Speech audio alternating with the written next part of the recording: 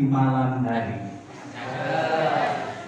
Mari kita menjawab salam sebagai tanda umat Islam. Assalamualaikum warahmatullahi wabarakatuh.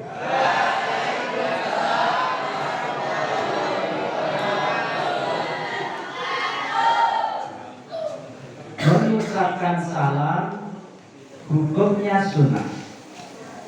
Menjawab salam hukumnya wajib. Isene pojokan di bab sopan turun.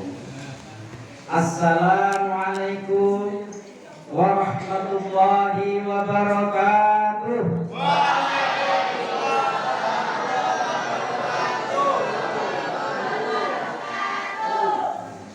Alhamdulillah. Alhamdulillahilladzi an'ama 'alaina bi ni'matil iman wal islam wa syifa wassalama wal 'ilaya. Asyhadu an la ilaha illallah wa asyhadu anna Muhammadan 'abduhu wa rasuluhu la nabiyya ba'da. Allahumma shalli ala sayyidina Muhammadin wa ala alihi wa ashabihi wa mawala. Allahumma shalli ala sayyidina Muhammad wa ala alihi wa ashabihi ajma'in. Amma ba'd. Faqad qala Allah ta'ala fi kitabihil karim. A'udzu billahi minasy syaithanir rajim. Bismillahirrahmanirrahim. Subhanalladzi asra bi'abdihi lailan minal masjidil harami ilal masjidil aqsal ladzi barakna hawlahu linuriyahu min ayatina innahu huwas samiul basyir. Qala Rasulullah sallallahu alaihi wasallam, man ahya sunnati faqad ahadani wa man ahabani kana ma'i bil jannah. Al-Mukaramun, para alim, para ulama, sesepuh binti sepuh yang kita taati tausiahnya,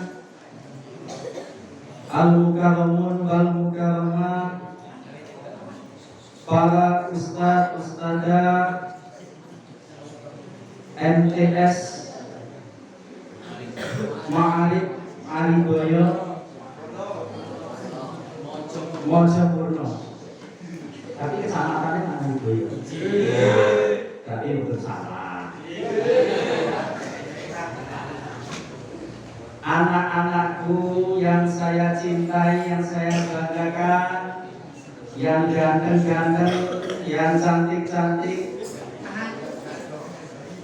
Mas Suparno ada? Mas Suparno? Pun boten enten Pak jeneng Suparno. Mbak Suparni wonten? Boten wonten. Eranya sudah era Gen Z. Ini sudah masuk ke Alpha dan tahun 2025 ini beta. Wis gak ono Pak jenenge Suparno Supani. Jenenge Niko ada. Ya, mana Niko? Nah, itu. Nah. Marilah dalam kesempatan yang sangat mulia ini selalu kita panjatkan rasa syukur kita kehadirat Allah Subhanahu wa taala atas limpahan rahmat hidayah serta maunanya kita dapat bersilaturahim di majlis yang mulia, di rumahnya Allah. Ya, majlis silaturahim, majlis ilmu. Insya Allah semuanya barokah. Amin. Bagaimana anak-anakku yang ganteng, yang cantik, kabarnya hari ini sehat? Tangannya sehat? Jari anaknya sehat? Alhamdulillah. Matanya sehat? Mulutnya sehat?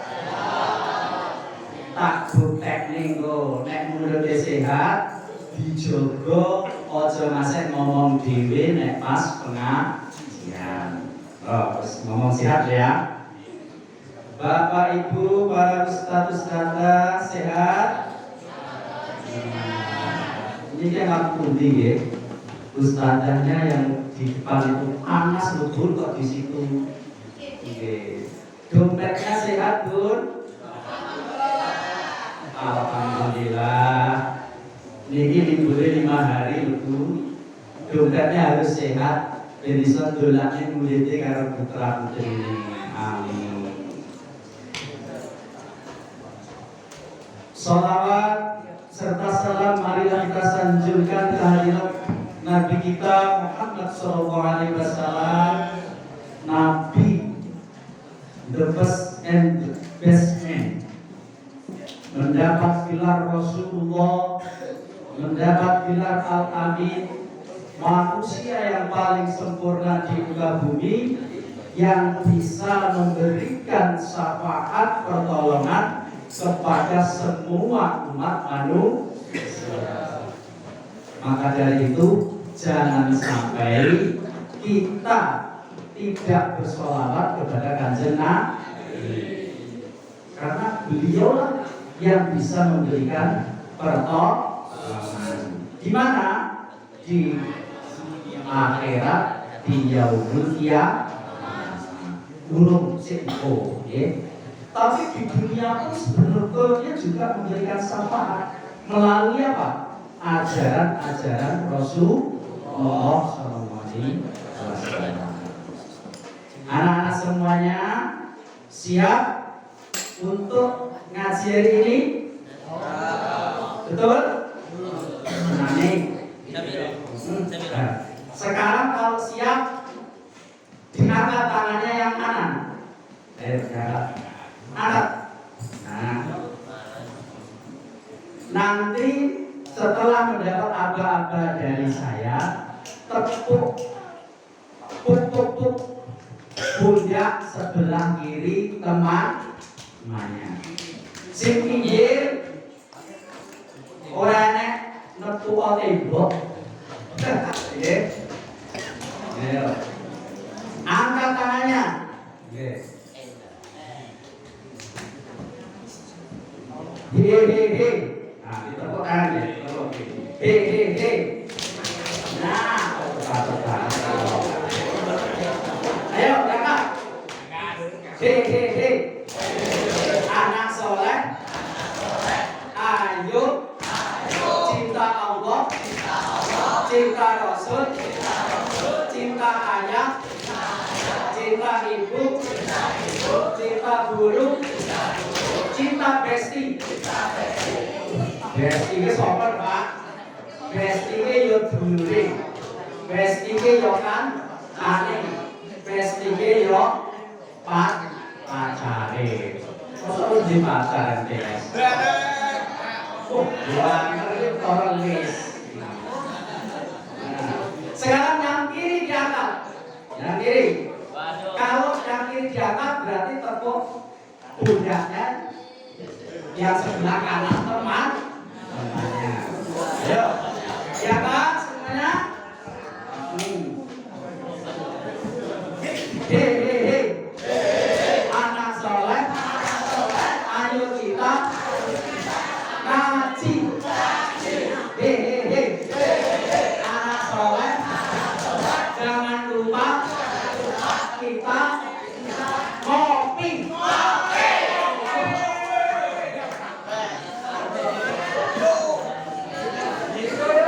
Ini Pak kopi ini reneng kok. Apa ngopi? Ngolah pikir. Ngopi, gitu. Ngomongin perkara Islam. Ngopi, ngomongin pendidikan Islam. Sekarang Allah Subhanahu wa Ta'ala itu Maha Kuasa. Gitu. Segala hal apapun bisa. Tidak ada yang tidak mungkin bagi Allah Subhanahu wa Ta'ala. Allah menurunkan hujan, ya, diminum sapi jadi susu, ya, diminum kijang jadi kasturi, diminum lebah jadi madu, ya, diminum ular jadi racun. Itu air hujan. Diminum niko jadi apa? Jadi apa? Jadi kuyo, jadi tenaga, jadi pikirannya sehat, badannya sehat. Demikian juga anak-anakku yang saya cintai, Allah berkuasa menjalankan seorang hambanya yang bernama Rasulullah Muhammad SAW melakukan Isra dan Mi'raj. Kuasa.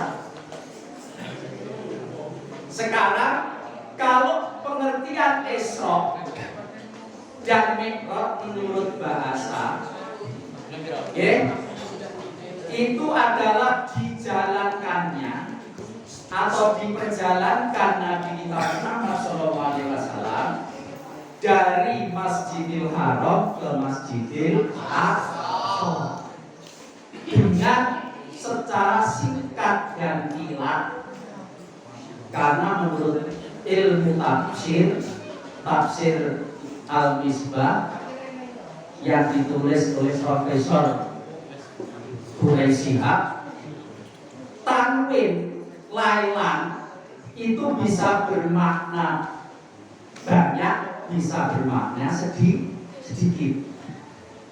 Dalam surah Al-Isra ini maknanya adalah sedikit, berarti sebentar sekali perjalanan Nabi Muhammad SAW dari Masjidil Haram ke Masjidil Aqsa. Nah, jadi kalau dijalankan berarti Nabi Muhammad itu jalan sendiri atau melalui perantara?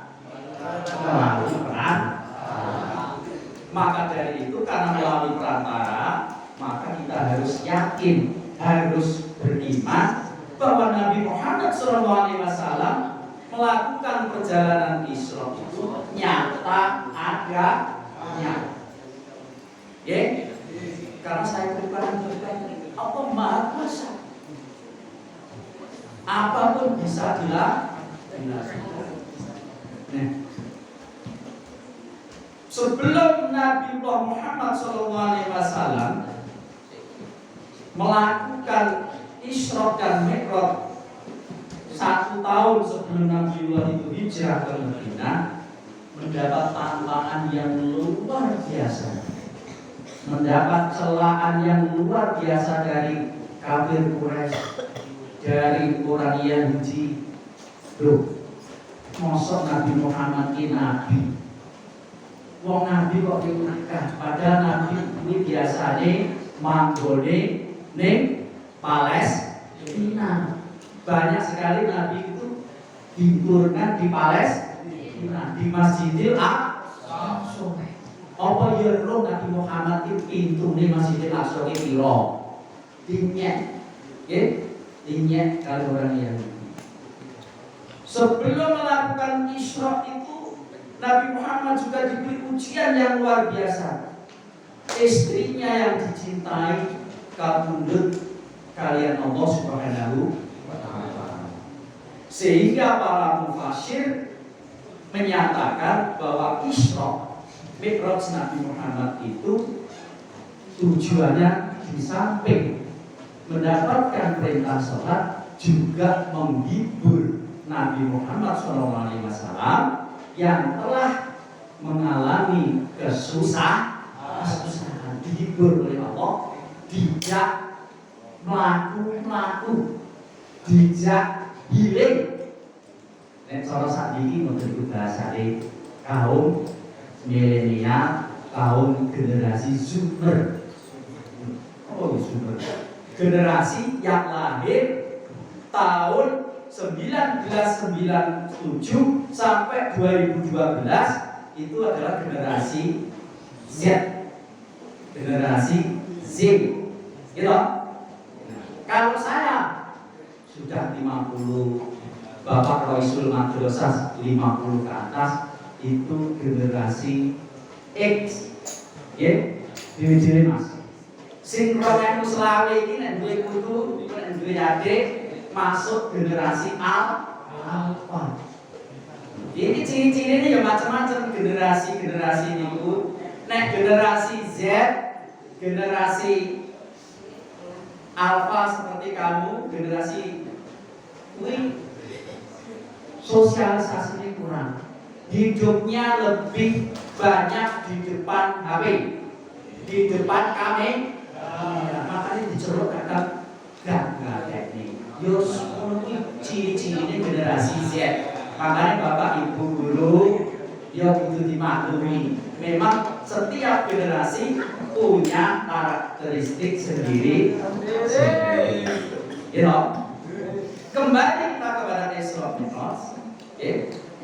Setelah melakukan perjalanan secepat kilat dari Masjidil Haram ke Masjidil Aqsa, Nabi Muhammad SAW ketika berada di Masjidil Aqsa bertemu dengan banyak nabi, tapi bukan berbentuk fisik, tapi ruhnya para nabi. Kemudian beliau mengimami sholat di Masjidil Aqsa. Dan setelah berada di Masjidil Aqsa, kemudian Allah Subhanahu wa Ta'ala menjalankan ke tingkat berikutnya yang dinamakan Mi'raj. Mi'raj itu naik ke atas. Kalau Isra itu jalan. Oke? Nah, naik ke atas dari langit 1, langit 2, langit 3, you know? Langit 4, langit 5, 6, 7. Setelah 7 masih naik lagi ke Mustawa, ke Sidratul Muntaha. Itu sampai ke 9. Nah, malaikat Jibril alaihissalam, gitu, hanya bisa menemani Nabi Muhammad SAW sampai ke tingkat 7. Nah, ternyata anak-anak, ketika melakukan perjalanan Mi'raj Nabi Muhammad SAW di langit pertama bertemu dengan siapa? Nabi Adam alaihissalam. Nabi Muhammad SAW dipertontonkan, dipertontonkan kaum yang masuk surga dan kaum yang masuk neraka. Kemudian bertanya kepada malaikat Jibril, "Hai Jibril, kenapa umatku yang miskin itu justru banyak yang masuk ke neraka?"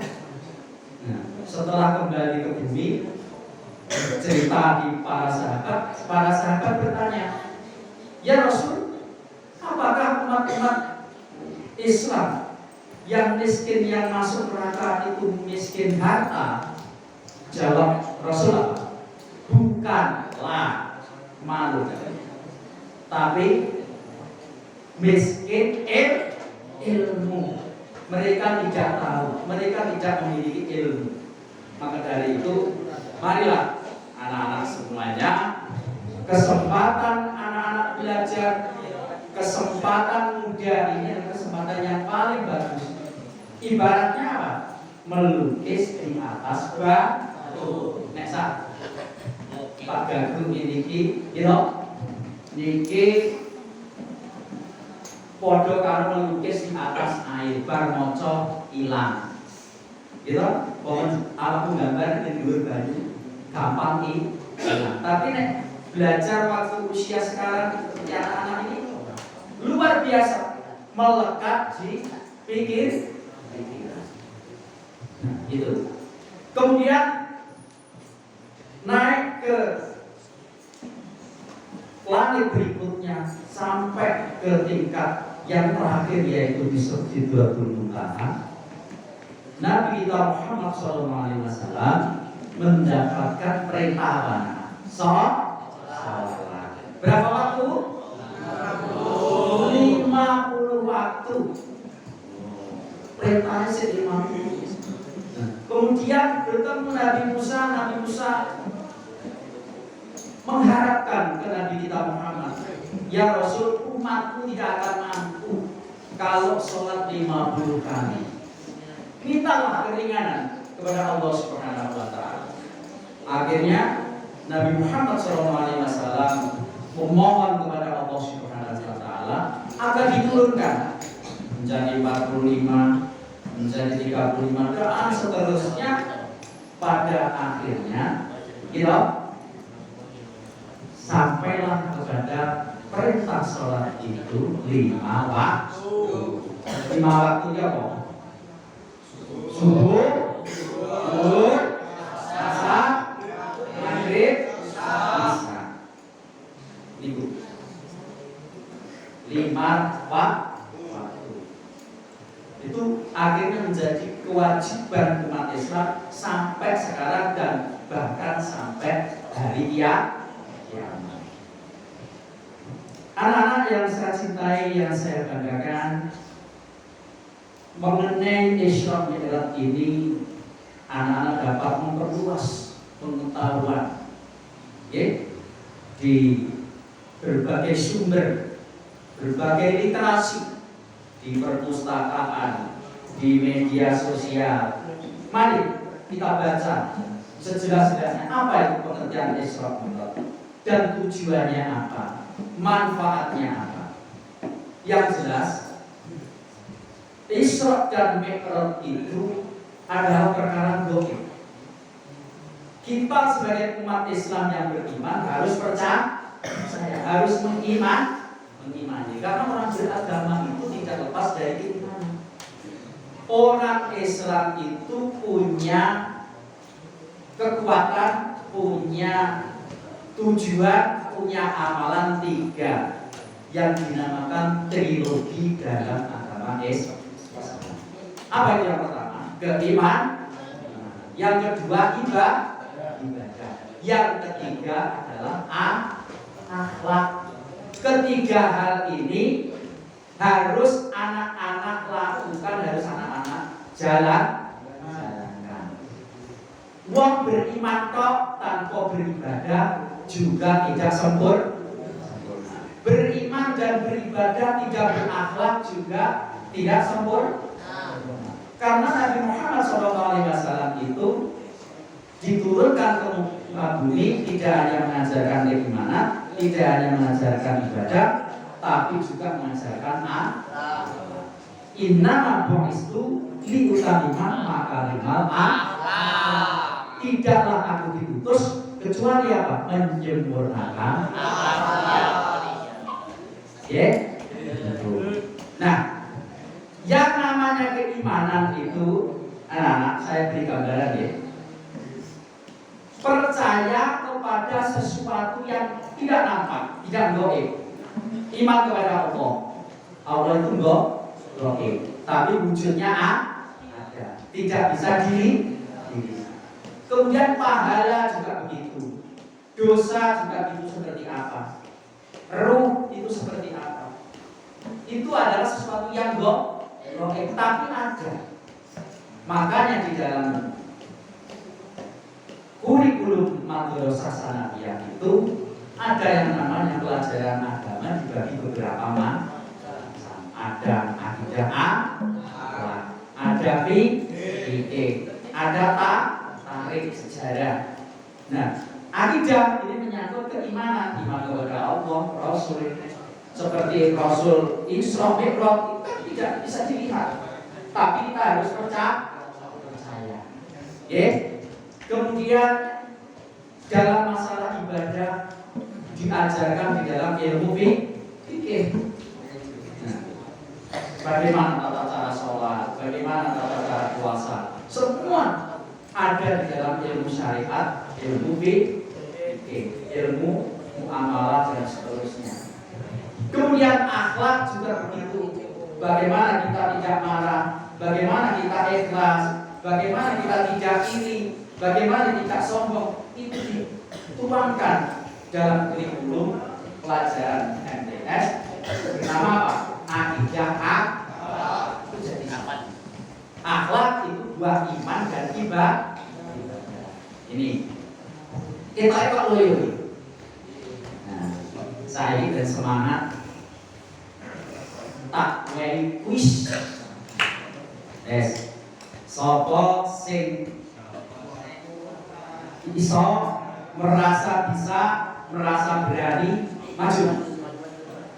Ya. Pertanyaan tidak lepas dari apa yang saya sampaikan. Nek gaben Pak waktu ruwakne mesti iso. Lho, aja. Ayo, sama maju. Angkat tangan. Kamu apa? Ayo. Si kopiah putih masih gini.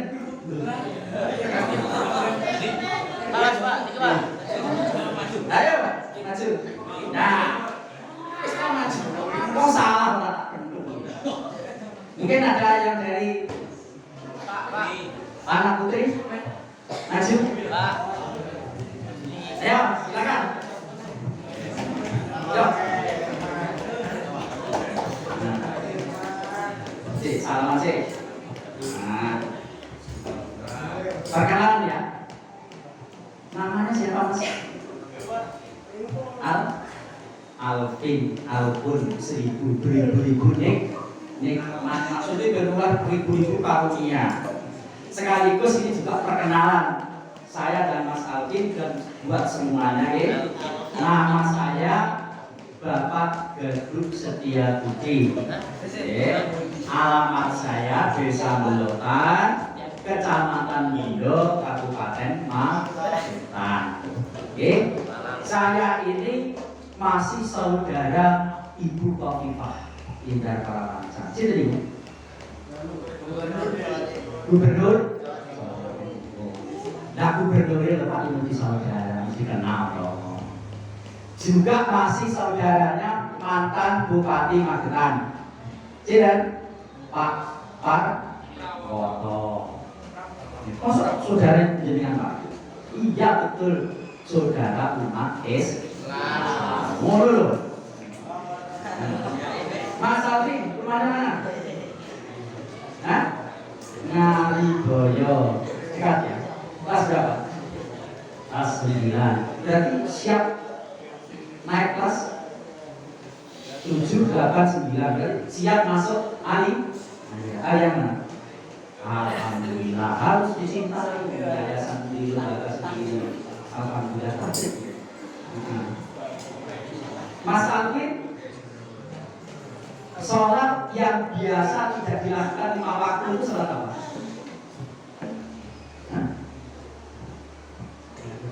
Alhamdulillah. Tak jebak tidak ya. Kita gak kena. Sholat kabeh Pak ditekoki. Sholat sing guna ngopo. Wes sekarang pertanyaannya Mas Alvin mudah saja. Nabi Muhammad ketika melakukan Isra Mi'raj sebelum itu diuji oleh Allah beberapa kesusahan. Nah, istri Rasulullah itu meninggal dunia. Siapa nama istri Rasulullah yang meninggal dunia ini?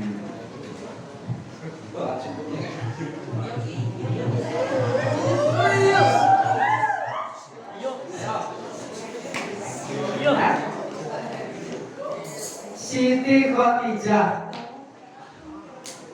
Bener nggak Mas?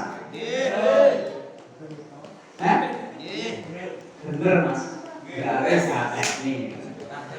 Selamat.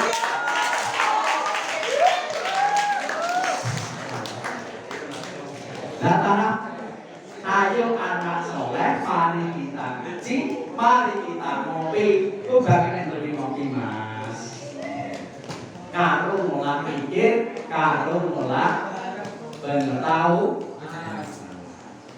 Anak-anak yang kita banggakan, yang kita cintai, generasi yang luar biasa ini marilah setelah kita mendapatkan pemaparan tentang Isra Mi'raj, tujuan Isra Mi'raj adalah mendapatkan perintah sholat 5 waktu. Mari yang terpenting apa? Belajar sholat. Kemudian di jalan dilakukan. Karena sholat ini adalah ibadah yang paling utama di dalam Islam. Wong niku dititeni besok di swarga. Sapa wong sing kulino wudu wajahe mencorong dan gampang dititeni karo Gusti Allah. Oh kae niku mencorong wajahnya. Karena sering berwudu. Kenapa sering berwudu? Karena melakukan sholat dan sergap sholat. Seperti itu anak. Nah, seperti itu. Maka dari itu kok nom-noman kok remaja kan belum sholat 5 waktu. Sangat menyesal di dunia dan di akhir. Kok kowe iso ngrasakne nikmate sholat Mas. Wis luar biasa nikmate. Ketemu karo sapa? Gusti Allah. Lewat keimanan, lewat keyakinan itu kita berkomunikasi dengan Allah Subhanahu wa taala. Gitu? Dengan sholat 5 waktu. Nah, supaya anak-anak sempurna sholat 5 waktunya, mari terus belajar ya. Di MTS, di Aliyah, ini nanti akan diajarkan tentang fikih sholat, fikih ibadah, fikih puasa, dan seterusnya. Tingkatannya berbeda-beda. Fikih di MTS itu lebih kepada soal syarat, rukun, pengertian, gitu. Tapi kalau sudah di tingkat aliyah itu sudah masuk kepada pemahaman dasar-dasar hukum yang luas. Maka dari itu, kalau anak-anak nanti dari MTS kok tidak melanjutkan ke MA atau ke pondok, rugi.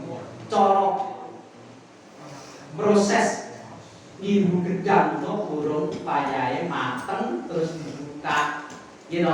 Jadi bermateng tenan, lalui proses itu dari MTS ke Ali. Siap yang kelas 3 masuk aliyah? Mana kelas 3? Kelas 9. Alhamdulillah. Ya, Mas Alvin nanti jadi contoh, oke? Semangat teman-temannya. Untuk apa?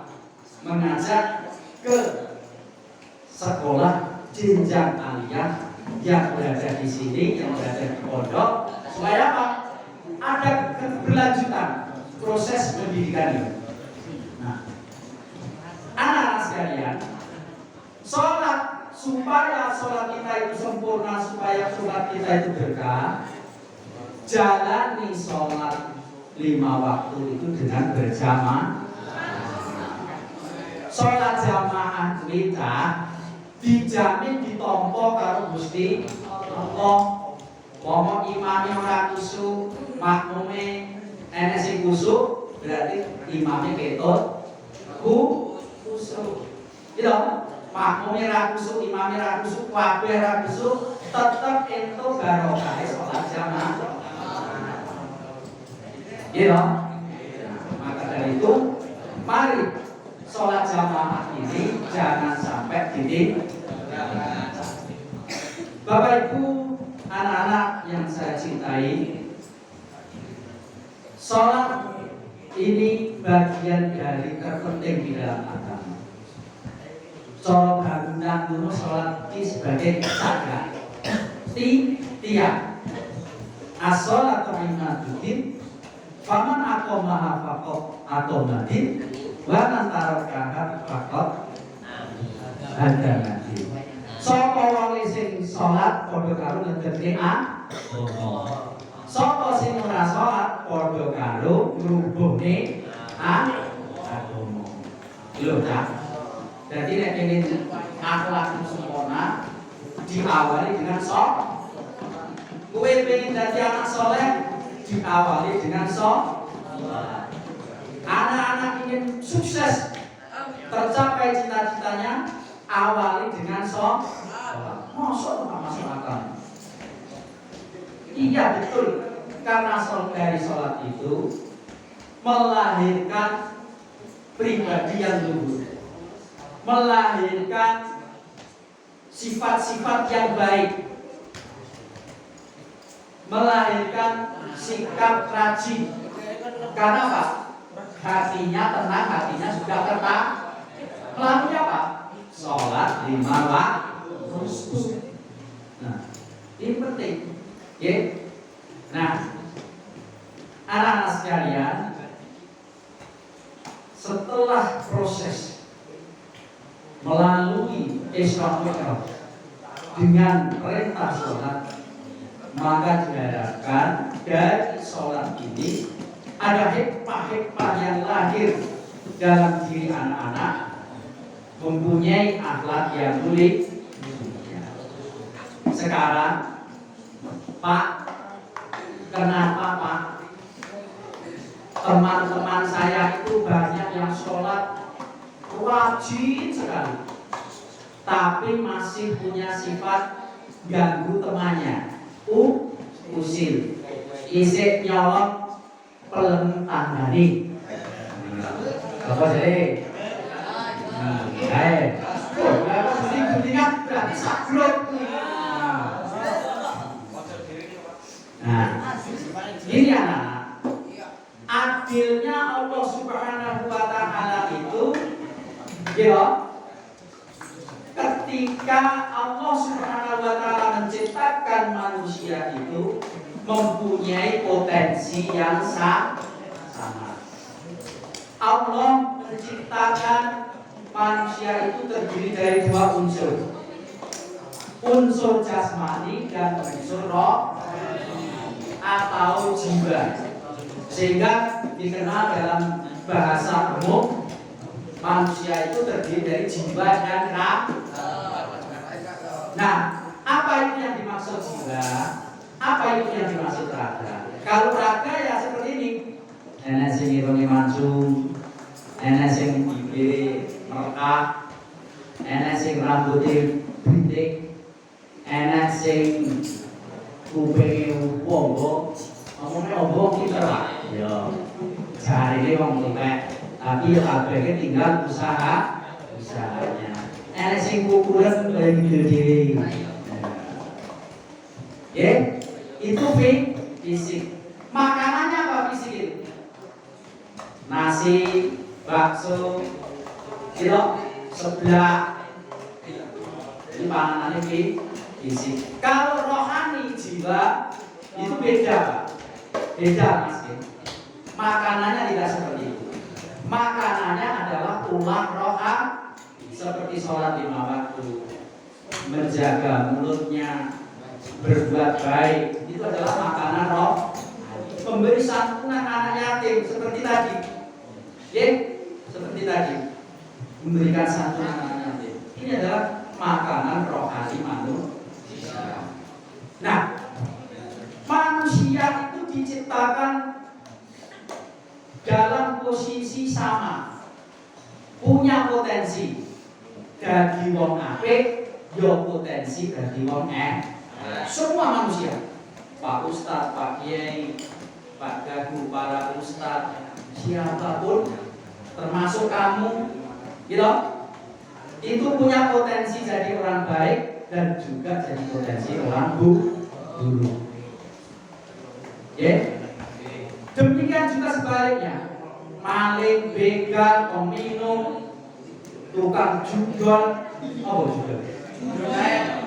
judi, itu juga punya bakat menjadi orang baik, sama saja. Karena apa? Manusia itu memiliki jiwa. Menurut Imam Ghazali, jiwa itu terdiri dari 4 unsur. Nomor itu 1, hati, kolbu. 2, nafsu. Yang ketiga, akal. Yang keempat, ruh.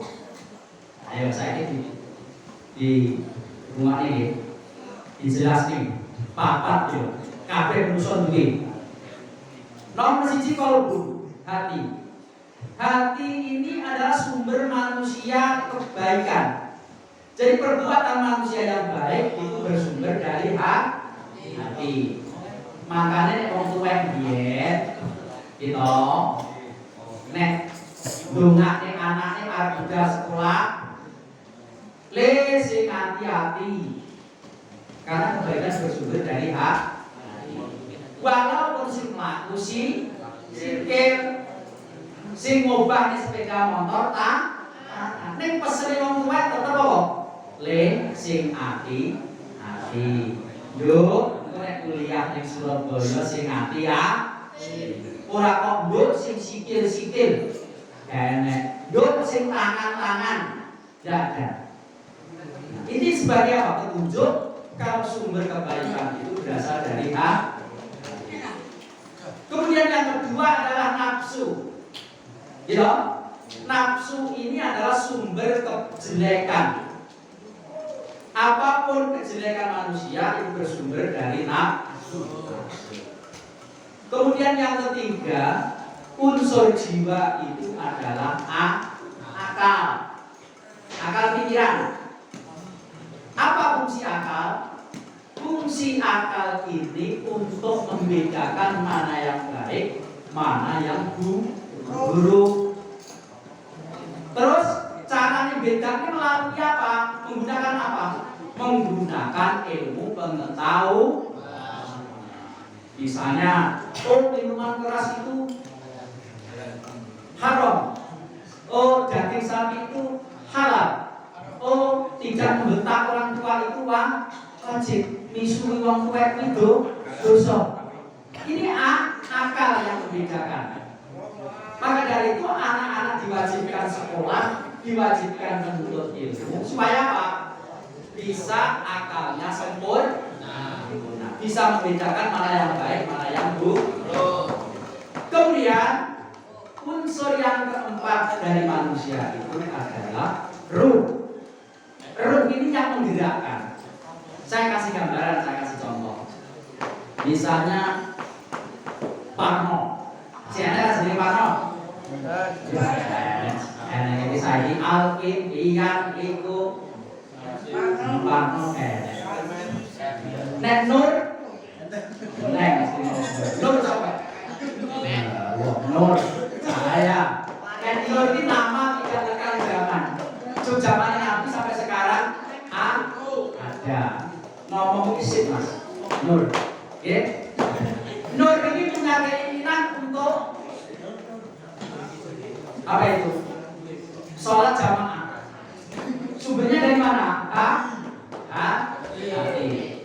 Kemudian dipertimbangkan oleh akalnya Nur. Oh iya, saya di Pak Gadu sholat 5 waktu ini jamin toko harus dilakukan. Nek mata sholat jamaah, hatiku tenang, gitu. Koncoku akeh, aku lu sandali koncoku, sandali calonku. Gitu? Bro, koncoku nggawa pita merah. Hikmah. Terus dipertimbangkan oleh akalnya. Sholat jamaah itu dikurban. Terus sekarang tak sholat jamaah. Ini pertimbangan akal. Kemudian ruh menggerakkan. Berangkatlah Nur ini ke masjid. Gitu? Nah, jadi yang menggerakkan adalah ruh itu adanya di badan. Kalau badannya tidak sehat, ruhnya juga tidak sehat.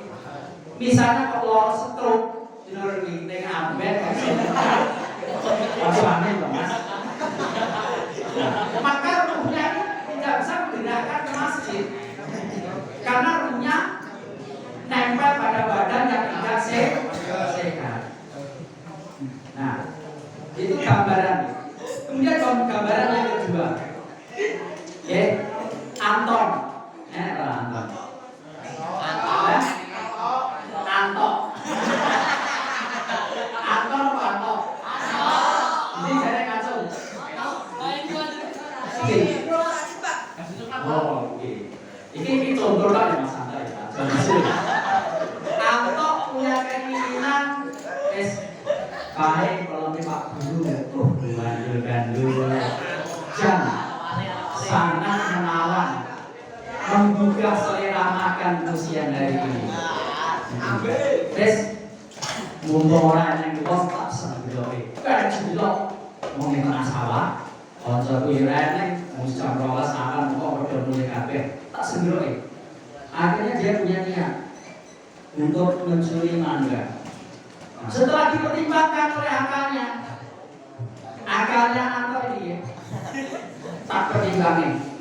Wah, enggak perlu biasa. Kayak ngobrol bebas itu orang mau lapor nih aman.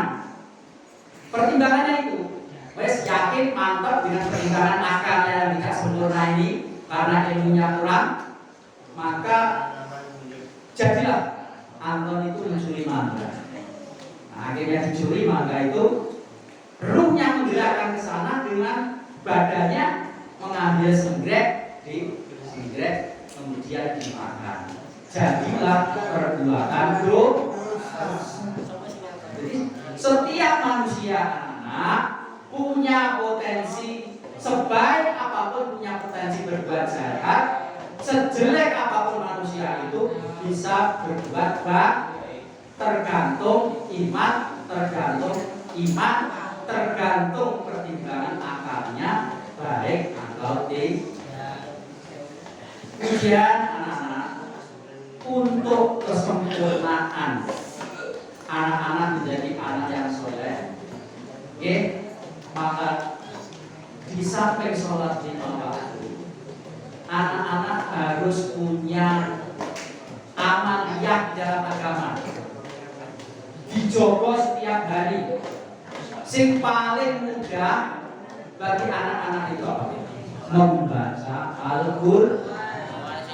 Apalagi di madrasah ini ada program pondok tahfidz, maka dari itu harus dibaca Al-Qur'an. Siapa yang membaca Al-Qur'an terus istiqomah akan dijamin masuk surga. Akan dijamin masuk surga. Bagaimana sabda Nabi, al-jannatu mustaqatun ila arman. Nabi apa? Talil Quran, wa habizil lisan, wa mu'ainin jinan, wa sadiqi fisahi Roma. Surga itu merindukan empat golongan. Siapa itu yang dirindukan? Orang yang membaca Quran, orang yang menjaga lisannya, orang yang memberi makan orang yang kelaparan, orang yang puasa di bulan Ramadan. Apalagi sebentar lagi kita akan menghadapi bulan Ramadan. Infonya kok jari ini Ramadan libur Pak. Bukan libur Mas. Ojo kecewa. Udah libur. Cuma belajarnya diatur. Kalau nggak salah tanggal 9 sampai tanggal 25. Jadi 25 Maret itu terakhir. Nah, jadi semua minggu kan Rabu upas kosong. Nah, ini. Jadi manusia nanti itu ketika di alam akhirat di yaumul hisab enek sing manusa kuwi mlebu surga wis diarep-arep karo surga. Dadi awake dhewe gak usah pengin mlebu surga ning surga wis ngarep merindukan ngawe-ngawe. Ayo rene mlebu rene. Siapa itu? 4 golongan tadi. Orang yang suka membaca Quran, menjaga lisannya, dijogo, gak omong, gak rasani kancane, gak ngelek-ngelek kancane, gak bully kancane, neng pengajian yo meneng. Nah, dijogo lisane, gak ganggu konsentrasi kancane belajar. Ini orang yang dirindukan oleh surga. Kemudian yang ketiga, wa mu'minjingan yang memberi makan orang kelaparan. seperti tadi kita memberikan santunan, sedekah kepada teman-teman kita, kepada anak-anak yatim. Ini bagian dari akhlak yang mulia. Orang yang suka memberi sedekah ini juga akan dirindukan oleh surganya Allah Subhanahu. Dirindukan oleh surganya Allah. Dan ternyata amalan yang paling baik itu adalah sedekah. Tidak ada yang lebih sedekah. Karena sedekah itu, gitu, pahalanya akan diberikan di 3 tempat. Di dunia, di alam kubur, dan di akhir. Di dunia, wong kuwi nek pengen lorone ndak mari, sedekah ben mari. Cita-citane ben kabul, sedekah. Gitu. Terus ben gak di seneni kancane ketemu takitan sedekah. Akhirnya kasih itu nyeneni sedekah. Kemudian di alam kubur juga begitu. Alam kubur ini langsung kontak dibebaskan dari siksa kubur bagi orang-orang yang sedekah. Cita-citane ahli kubur itu anak-anak. Domane mung siji. Kon balekne nyang donya, nek wis tekan donya arep sedekah.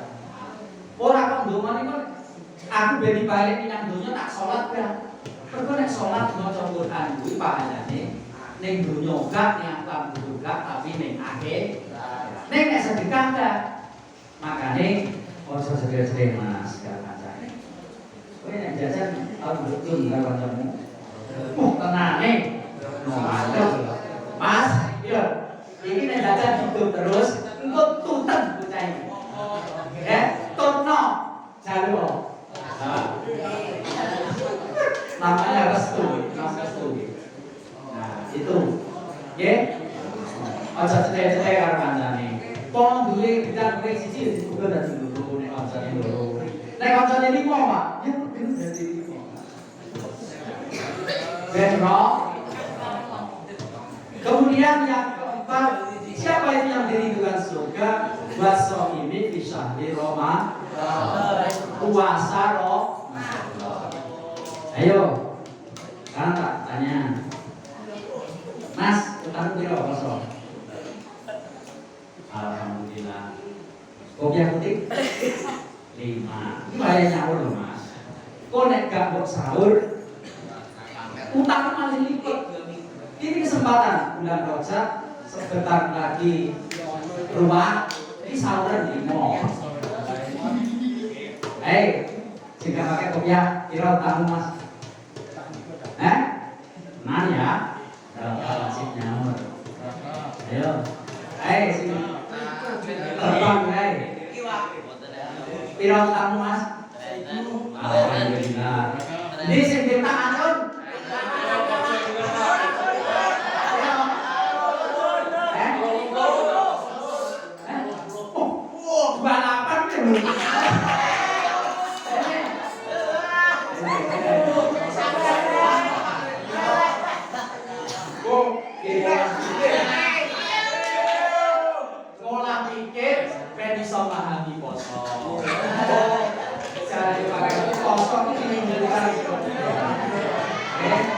Utangku walau ditulis takut Mas. Iki kok sahuran ya kok cicil gak apa-apa sing separo sasi tahun iki. Ya sapa nek iso malah beneran isin karo transaksi. Kelas berapa? Siap? Jajanan selesai? Siap nyaur utang? Siap puasa? Alhamdulillah. Kena ngopi Mas. Terus, mari anak-anak, ibadah-ibadah yang diajarkan oleh Nabi kita ini kita belajar, kita laksanakan, kita lakukan. Apalagi program pemerintah melalui Kementerian Pendidikan Dasar dan Menengah, Dikdasmen dan Kementerian Agama di tingkat madrasah maupun sekolahan untuk tahun 2025 ini ada program 7 kebiasaan anak Indonesia hebat. Kan ini W5. Jadi 7 kebiasaan anak Indonesia hebat ini sudah dicanangkan oleh Kementerian Pendidikan dan Sarjana dan Kementerian Agama. Apa itu yang pertama? Bangun pagi. Ayo, anak perempuan yang jilbab hitam paling barat, bangun jam berapa? Jam 4, tenang. Aku tak cek yang guru. Kayak jujur sama Bapak. Pokoknya anak Indonesia itu kalau pengen hebat bangunnya harus pagi. Jam 4. Jam 4 ini masih bisa kalau saat ini loh. Sholat, tahajud. Si pepet mah nggak apa-apa mas sholat tahajud dan latihan. Itu rasa jam 2 jam 1. Mepet subuh. Jadi enteng. Ya. Terus setelah bangun pagi beribadah. Jadi anak Indonesia hebat itu yang kedua kebiasaannya apa? Rajin beribadah, sholat subuh, membaca Quran. Jadi maca Quran itu gawe dan setel jam baru dhewe-dhewe mah. Enek sing disetel bar subuh, enek sing disetel arep maghrib. Terserah kok enggak itu kan. Yang penting apa? Kita cinta Quran, kita baca Quran. Ini ibadah. Kemudian yang ketiga adalah olahraga. Yo, lari buku rumah ping 1000. Orang kuat ping 1000 ping 500. Enggak kuat ping 500 ping 1. Orang kuat ping 100 ping 1. Ya beracun ya ping 1. Nek anak putri ngono wis kebiasaan olahraga. Napa Pak? Nyapu. Itu olahraga Mas. Itu. Kemudian yang keempat, makanan bergizi. Ayo ini penting didengarkan. Masalah makanan ini penting ya.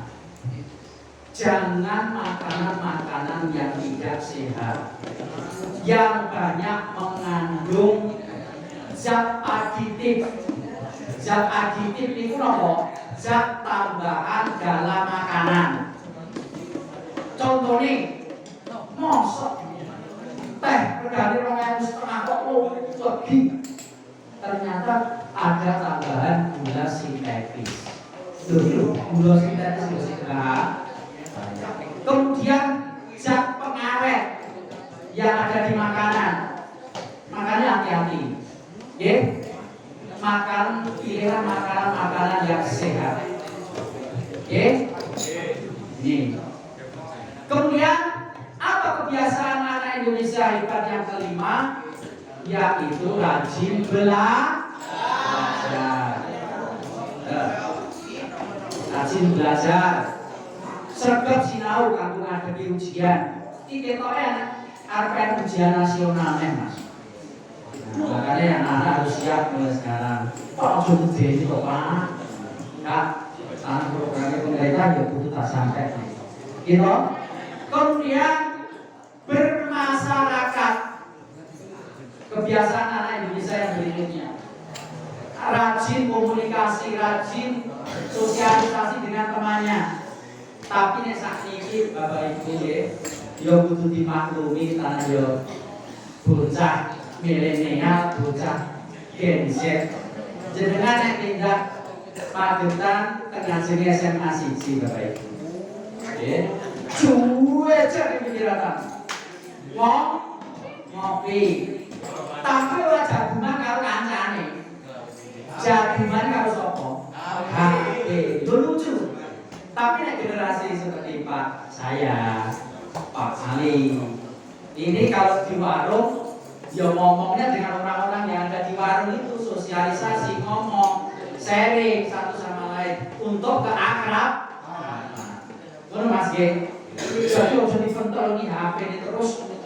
Yo kudu sosialisasi karo tenan. Ojo ngasek mergo nyekel HP terus diceluk karo ibune. Nur, sini. Wes ora gak. Nur, sini. Ora gak. Berfoto, wes kadung kecanduan HP. Nah, ini penting sekali.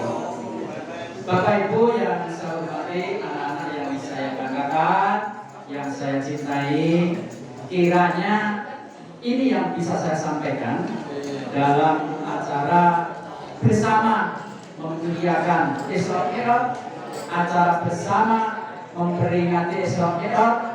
Mudah-mudahan kita dijadikan golongan orang yang mendapatkan berkah hidup di dunia dan di akhir. Ayo, siap jadi anak soleh? Alhamdulillah. Siap berbakti pada ayah ibu? Siap berpuasa tahun ini? Siap belajar? Siap hidup sehat? Amin. Marilah anak-anak sekalian, Bapak Ibu yang saya hormati, yang saya saat ini, kita berdoa mohon kepada Allah Subhanahu wa Ta'ala, semoga acara kita ini mendapatkan nilai ibadah di hadapan Allah Subhanahu wa Ta'ala. Yang kedua, kita doakan santunan anak yatim ini menjadi tradisi yang bisa kita lakukan secara istiqomah tiap tahun di lembaga kita ini, lembaga yang kita cintai ini, dan yang terpenting bisa memberikan nilai manfaat kepada saudara-saudara kita, anak yatim piatu yang baru kita santuni. Alhamdulillah, likulli niyatin shalihah bi syafaati Rasulillah sallallahu alaihi wasallam. Al-Fatihah.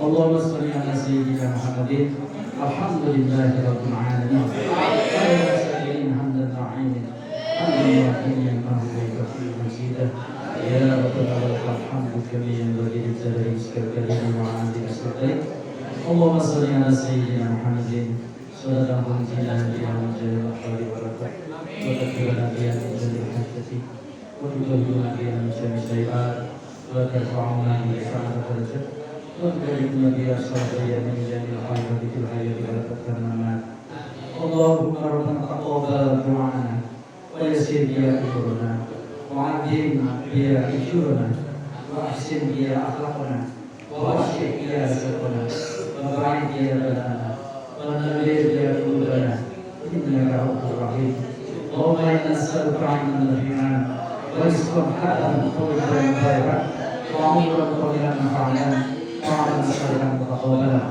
اللهم ارنا الحق حقا وارزقنا اتباعه وارنا الباطل باطلا وارزقنا اجتنابه ربنا اخرجنا من هذه القريه التي اهلها واجعلنا من لدنك وليا واجعلنا من لدنك نصيرا اللهم اني اعوذ بك من علم لا ينفع وقلب لا يسمع والدعاء لا يسمع والنفس لا تشفع ربنا لا تزغ قلوبنا بعد إذ هديتنا وهب لنا من لدنك رحمة إنك أنت الوهاب ربنا آتنا في الدنيا حسنة وفي الآخرة حسنة وقنا عذاب النار. Ikan cepat, ikan gabus. Semakin cepat, semakin bagus. Kurang lebihnya mohon maaf. Akhir kalam. Wassalamualaikum warahmatullahi wabarakatuh.